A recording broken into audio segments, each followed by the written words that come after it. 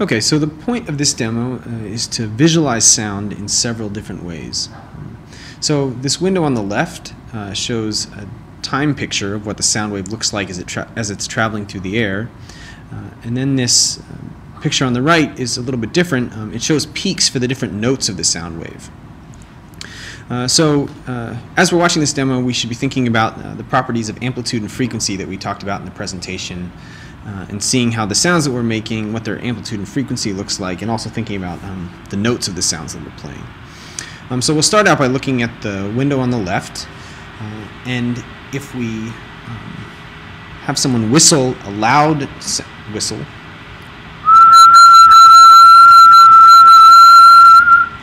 and then we have a quiet whistle, we can see that the amplitude of the sound wave has changed a lot. And so the loud whistle had a large amplitude, and then the quiet whistle had a small amplitude. Now if we have someone whistle a high whistle, and then a low whistle,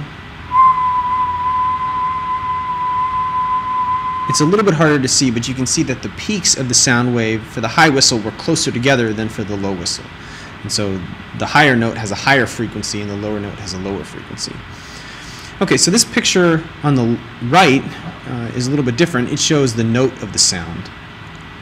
And similarly, the height of the peak that we see represents the amplitude of the sound, but the note is given by the place of the peak along this line. So higher notes are going to be to the right, like a piano, and then lower notes are going to be to the left, like a piano. So if we do a high whistle again, and then a low whistle, we can see that the peak is moving from the right to the left. Okay, so whistles are a fairly simple sound, and so the sound wave that we see when we whistle is fairly simple. We can see though that, like, when we're talking, the sound wave is much more complex. And also, if we were to play notes from different musical instruments, the sounds would also look more complex, because we get more complicated sounds by adding simpler sounds together. So as we play a few more complicated sounds, look at the window on the left to see how the sound wave changes, but then also look at the window on the right to see the multiple notes that come in. So we have GarageBand open, and we're going to play several different musical instruments. So if we open up the keyboard, so we have the musical instrument set to a flute, and if we play it, you can hear the flute. So if you look at the window on the left, you'll see a little bit more complicated sound wave than the whistle. And if you look at the window on the right, you'll see multiple notes. And so even though it sounds like the flute is just playing one note, there's actually multiple different notes or frequencies that go into the flute sound to give it its rich musical sound. And so you can see those notes coming together in this plot on the right.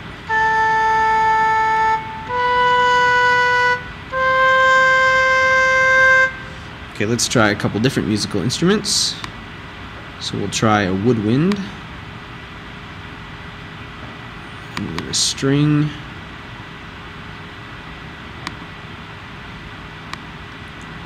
so if we play the strings, you can see a more complicated sound wave on the left, and then several different notes again on the right, coming and making up the string sound.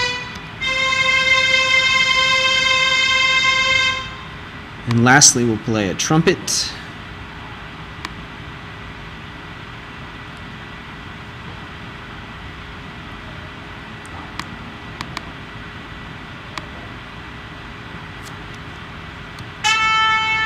So again, we can see a more complicated sound wave for the trumpet.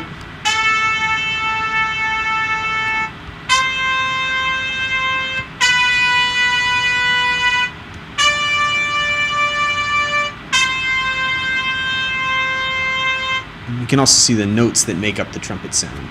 So these are a couple different ways that we can get an idea of what sound looks like, and we see that we can recognize when the amplitude is higher or lower, when the frequency is higher or lower, and then also when we have multiple notes making up a more complicated sound.